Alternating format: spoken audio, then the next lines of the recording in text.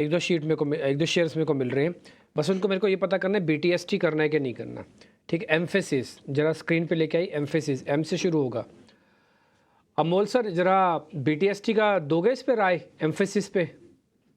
जी जरूर। आज तो रेंज ब्रेकआउट ओवरऑल आईटी भी अच्छा चला है। अभी भी अगर थोड़ा सा ऊपर से थोड़ा सा सेलिंग प्रेशर आया है, बट फिर भी 4.78% अप है। आई थिंक मोमेंटम कैरी रहने के चांसेस यहाँ से दिख के आ रहे हैं।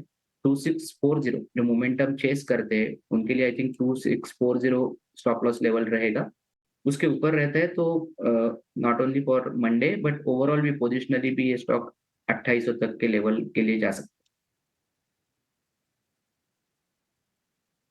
एक शेयर और है, मैंने उसको ज़रा नोटिस किया हुआ है, कोलपाल का शेयर, कोलगेट पामोलिव। हाँ जरा स्क्रीन पर दिखाना मितेश भी, एक बार ज़रा ये शेयर आप देखना।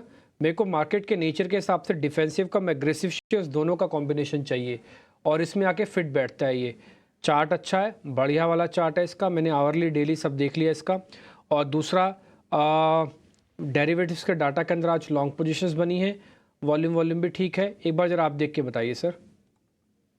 नहीं सर, बहुत ही बढ़िया चुनाव है आपका, क्योंकि कोलपाल के अंदर 3000 के ऊपर एक बहुत ही स्ट्रॉन्ग मोमेंटम है, तो डेफिनेटली करंट लेवल के ऊपर खरीदने की सलाह रहेगी।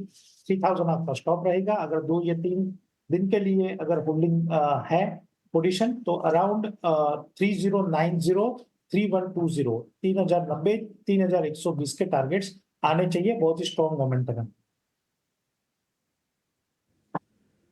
ठीक है, बढ़िया, तो लगा दीजिए इस पे स्टैम्प। फिर कुछ और शेयर्स भी हैं, मैं फटाफट से पूछता जा रहा हूँ। 3-4 शेयर हैं, 3 टेक्निकल एनालिस्ट है, तीनों तस्वीरों में दिखा दीजिए।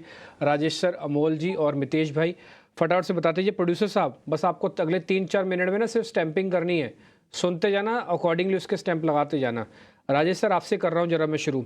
बजाज फिनसर्व, BTST रखना है, क्या करना है सर, जरा देख लो आप। अवॉइड करेंगे, अभी भी कंसोलिडेशन में, तो इसको अभी अवॉइड करेंगे एट दिस मोमेंट। बीटीएसटी के लिए ये प्रॉपर स्टॉक नहीं है। ठीक है, छोड़ देते हैं सर, अवॉइड की कैटेगरी का हमने लगा दिया स्टैंप। एक है DBL दिलीप बिल्डकॉन। मितेश जी जरा जल्दी से देख के बताइएगा, ये शेयर चल सकता है हमारे हिसाब से, ब्रेकआउट कैंडिडेट है, बहुत बढ़िया चलेगा, आप देख लो, हमारे कहे पे मत जाना। सर लास्ट वीक ही सिस्टम और मेथड के हिसाब से हमारे क्लाइंट्स को ये सुझाव किया हुआ है, तो डिस्क्लेमर के तौर पे हमारे क्लाइंट्स की बाय साइड ट्रेड फॉर्मेशन हो सकती है। Definitely it's a buy. It's a buy का स्टैंप लगा दो, थोड़ा पोजीशन ही होल्ड करो। और खुद मितेश जी ने अपने क्लाइंट्स को दे रखा है, मेरे को याद आ गया, इन्होंने 3 शेयर बताए थे उस दिन, और उसमें से एक दिलीप बिल्ड कौन था। मैं अभी आपको दूसरे शेयर्स भी बता दूंगा उस दिन कौन कौन से शेयर हमने डिस्कस किए थे। एक काम और करना अमोल सर, आप जरा जब तक वो बता दीजिए, IRCTC BTST और थोड़ी पोजीशन देके रखने हैं क्या? है। जी बिल्कुल, हायर बॉटम फॉर्मेशन है। आई थिंक 1020 और 1010 सपोर्ट से ये टेक्सचर प्रॉमिसिंग लग रहा है। 1080 और 1100 पोजिशनल टारगेट्स निकल के आ रहे हैं। स्पेस की बात करें तो अगर मितेश कई सारे काउंटर्स आप देखिए, हालांकि PSUs में बहुत एक्शन है, पर पब्लिक सेक्टर बैंक्स में इतना एक्शन नहीं है। एक स्टॉक जिस पे आपसे राय लेनी है वो है PNB, क्योंकि मैं देख पा रही हूँ अब ये 7वां या 8वां अटेम्प्ट है जहां पे ये 117 के आसपास सपोर्ट ले रहा है, अब उसे तोड़ने की तैयारी में है। मितेश कैसे देख रहे हैं आप PNB का चार्ट, क्या यहाँ से और कमजोर हो सकता है? Definitely Sushil ji, as per हमारी जो अंडरस्टैंडिंग है, ये स्टॉक जो है वो around 115 on the down side और 130 ऑन द अप साइड, ये एक रेंज में स्टॉक ट्रेड कर रहा है। तो जब तक आइदर साइड की रेंज ब्रेक नहीं होगी, तब तक एक नई ट्रेडिंग रेंज में स्टॉक एंटर नहीं होगा। तो हमारे हिसाब से I think 115 is a very strong support. Let us look at it कि अगर डेली चार्ट के ऊपर ये 115 मेंटेन करता है कि नहीं। हमारे हिसाब से वहां से एक स्ट्रॉन्ग सपोर्ट, वहां से एक स्ट्रॉन्ग बाउंस आना चाहिए स्टॉक्स में। तो definitely 115 is a very strong support. Let us see to it, अगर वो ब्रेक करता है तो स्टॉक 100 की ओर जाएगा, और अभी 130 तो बहुत दूर है।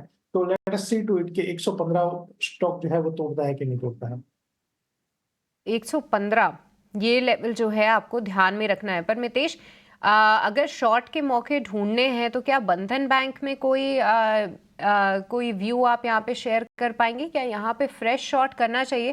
मैं क्यों कह रही हूँ, देखिए ये बैंकिंग के जो ये बैंक के पर्टिकुलरली जो फाइनेंशियल्स हैं अभी तक इतने अच्छे नहीं रहे हैं, मुझे याद है पिछले हफ्ते कंपनी ने अपने ऑपरेशनल अपडेट्स दिए थे, कुछ मैनेजमेंट चेंज की भी खबरें थी, बहुत पॉजिटिव बताई जा रही थी, पर कुछ भी मोमेंटम इसमें नहीं दिखा। 200 के ऊपर सबको लग रहा था कि और अच्छा करेगा, वो तो लेवल तोड़ा ही मितेश, अब अपने पिछले 2 दिनों के लो को भी तोड़ने की तैयारी में है। क्या यहाँ पे शॉर्ट करें या यहाँ पे भी कुछ सपोर्ट लेवल्स हैं उनको ध्यान में रखें?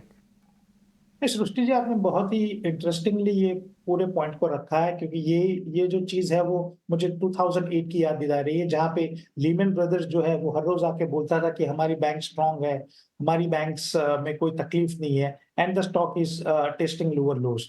तो यहाँ पे बंधन बैंक की जहां तक बात है, जो आपने फंडामेंटल पहलू यहाँ पे जुड़ा है, तो मैं इस हिसाब से इसको देखूंगा कि हेड टू हेड कंपैरिजन नहीं है, सिर्फ मैं न्यूज की बात कर रहा हूँ कि जो न्यूज उस टाइम पे पैन आउट हुई थी और उसके बाद लीमन ब्रदर में क्या हुआ और बंधन बैंक में जो न्यूज आ रही है उसके बाद क्या हो रहा है। तो अभी जो गुड न्यूज है अनफॉर्चुनेटली बंधन बैंक के लिए, वो टेक्निकली बैड न्यूज साबित हो रही है। So any good news which is coming up is the stock is considered as a sell on rise. तो ये सेल ऑन राइज की डेफिनेशन में आ गया है, और आपने बहुत अच्छी तरीके से वो नैरेट किया कि 200 के लेवल्स को भी रिस्पेक्ट नहीं करके उसने लोअर लोज लगाए। तो डेफिनेटली अच्छा एक काउंटर चुना है शॉर्ट के लिए। 195 आपका स्ट्रिक्ट स्टॉप लॉस होना चाहिए, और करंट जो रैली है ऑन द डाउन साइड हमें लग रहा है कि स्टॉक 185 180 तक आएगा, तो 195 के स्टॉप लॉस से डेफिनेटली इसमें एक शॉर्ट करना चाहिए। अभी और गिरावट बाकी है स्टॉक में, और गिरावट आ सकती है बंधन बैंक, यहाँ पे आप इसको नज़र रखें। पर चलिए, इवेंट है उससे जुड़ी खबर का रुख करेंगे, क्योंकि बजट में एक्सपोर्टर्स को बड़ी राहत मिल सकती है। सूत्रों के मुताबिक इंटरस्टेट इक्वलाइजेशन स्कीम के मियाद बढ़ सकती है। आइए जानते हैं कि क्या है पूरी खबर। प्रकाश प्रियदर्शी हमारे साथ जुड़ चुके हैं पूरी डिटेल्स लेकर। प्रकाश, देखिए, सूत्रों के हवाले से जो जानकारी हमें मिल रही है उसके हिसाब से सरकार आगामी बजट में एक्सपोर्टर्स के लिए राहत के ऐलान कर सकती है। सूत्र हमें बता रहे हैं कि इंटरेस्ट इक्वलाइजेशन स्कीम का जो बेनिफिट है उसकी मियाद को बढ़ाया जा सकता है। जैसा कि आपको पता है कि ये जो स्कीम है वो 30 जून 2024 को ख़त्म हो चुकी है, लेकिन कॉमर्स मिनिस्ट्री की तरफ से और साथ ही साथ इंडस्ट्री की तरफ से भी इस बात की सिफारिश की गई है कि इस स्कीम का जो बेनिफिट है इस स्कीम की वजह से एक्सपोर्टर्स को काफ़ी फ़ायदा हो रहा था, लिहाजा इस स्कीम को एक्सटेंड करने की ज़रूरत है। सूत्र हमें बता रहे हैं कि इस स्कीम की मियाद को 3 से 5 साल तक बढ़ाया जा सकता है, ताकि एक्सपोर्टर्स को और ज़्यादा राहत मिले। इसके अलावा वैसे एक्सपोर्टर्स जो कि MSME कैटेगरी के तहत क्लासीफाइड हैं, उन्हें जो इंटरेस्ट सबवेंशन का बेनिफिट है उस लिमिट को भी बढ़ाया जा सकता है, तो जाहिर तौर पे उन्हें ज़्यादा इंटरेस्ट सबवेंशन का बेनिफिट मिलेगा। इस तरह के रिकमेंडेशंस कॉमर्स मिनिस्ट्री की तरफ से किए गए हैं, और इसके पीछे का मकसद ये है कि सरकार 2030 तक जो ओवरऑल एक्सपोर्ट टारगेट है वो $2 ट्रिलियन के टारगेट को हासिल करना चाहती है। लिहाजा इस तरह के बेनिफिट्स का ऐलान आगामी बजट में एक्सपोर्टर्स के लिए किया जा सकता है। साथ ही साथ स्टार्टअप्स के लिए भी कुछ राहत के ऐलान किए जा सकते हैं।